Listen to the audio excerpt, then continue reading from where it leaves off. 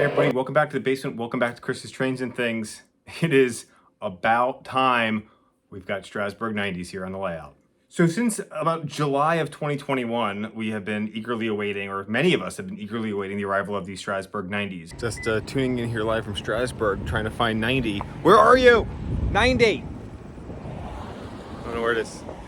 Is it hiding in the engine shed? And they have been apparently hit with many issues.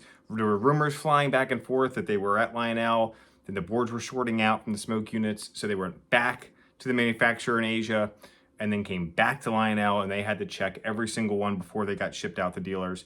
And all that considered, it is now almost December 2023, and these just arrived. Now, none of the ones that you see here on the layout right now are mine. I have the current version ordered, but there seems to be a mix-up, so I'm hoping we can get that taken care of. These are my friend John from the Lower Susquehanna Valley Model Railroad Club.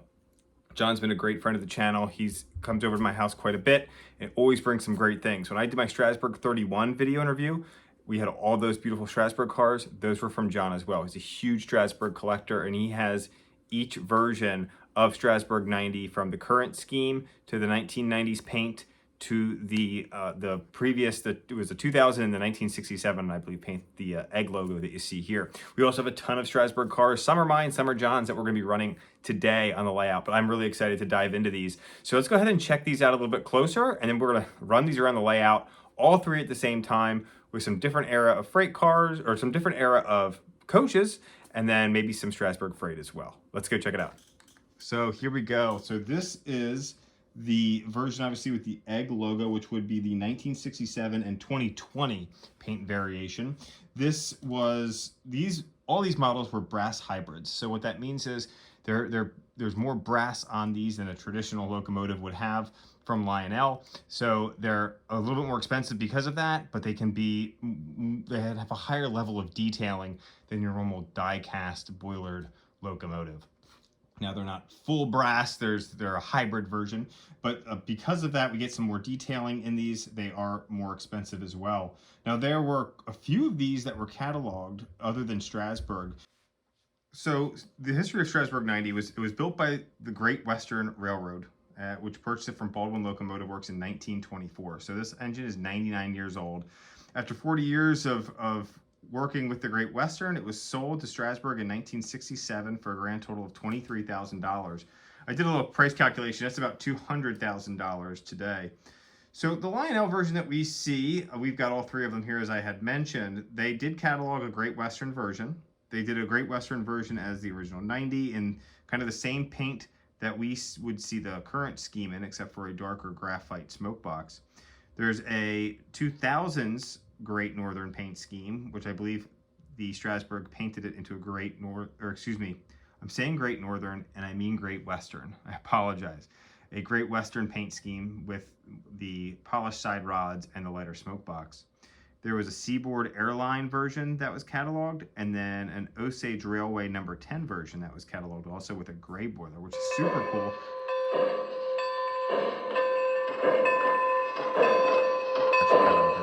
Then obviously they cataloged a bunch of the wood-sided cars as well, and we've had those for a while now because it took so long for these darn things to arrive, but now we have them here and they are spectacular. So these do feature legacy control. They have whistle steam as well. They have cab-specific crew talk and... Train 1 Brakeman SRC-90, let's get an application for continuity test. Good application, okay to release. Train 1 Brakeman SRC-90, we have good set, good release, good continuity on timetable train number 1, over. Talk and sounds directly from this locomotive. So Lionel went to Strasburg with their sound and their audio technicians and filmed it. So you've got a lot of air pump noise and you've got crew chatter from Strasburg as well, which is kind of a neat feature on these locomotives. Lots of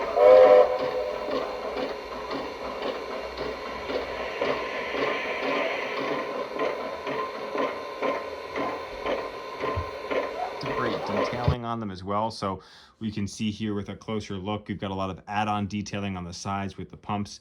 The headlight flying over top of the smoke box there is really nice. We've also got the electrical conduit line that comes in with the handrail back there to the cab. We've got a line from the cab to the whistle, something we'd see standard on an MTH engine, but we have to wait for a special version for Lionel to actually put that kind of detailing into their locomotives. We do have a nice drop plate here, and underneath the drop plate is a little piece of like a rubberized tape to prevent it from scratching the tender, which is kind of a nice detail. We've got a full coal load here of real coal, and then another LED headlight on the back. We've got a rear electro coupler. The bell unfortunately does not swing because the boiler actually is not that big on this locomotive.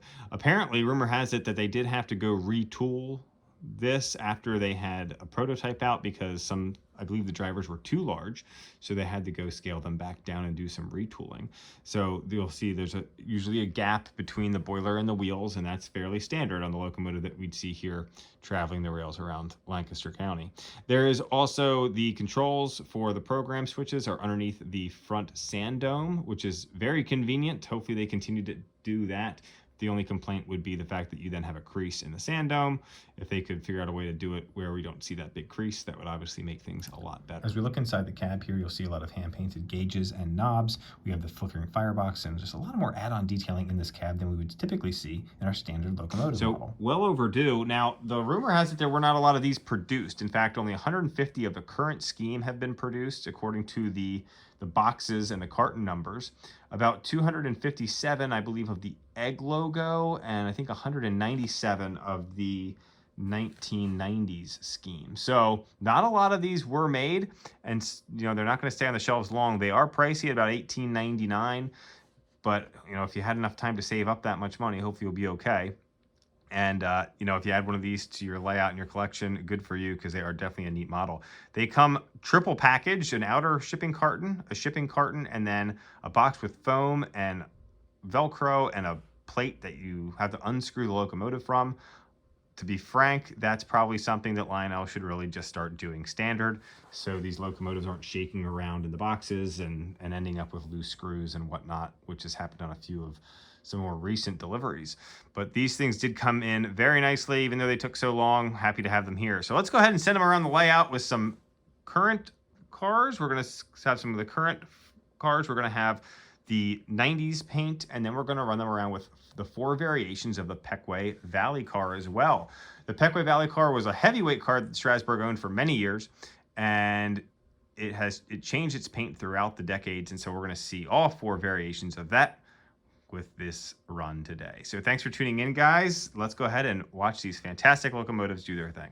Over. Yeah, that's Roger. Good set, good release. Good continuity on timetable train number 1, 90 out.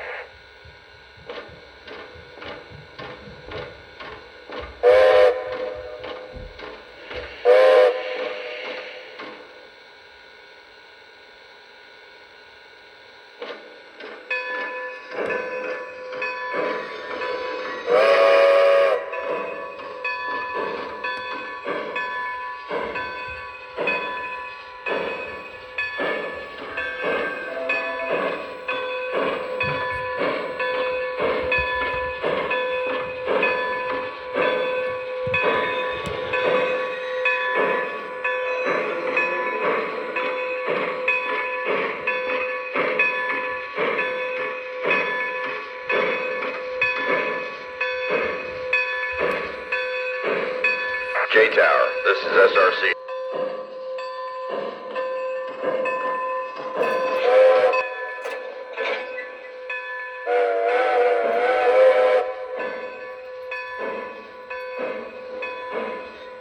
J-Tower, this is SRC number 90. How are we looking up ahead? All clear? Over.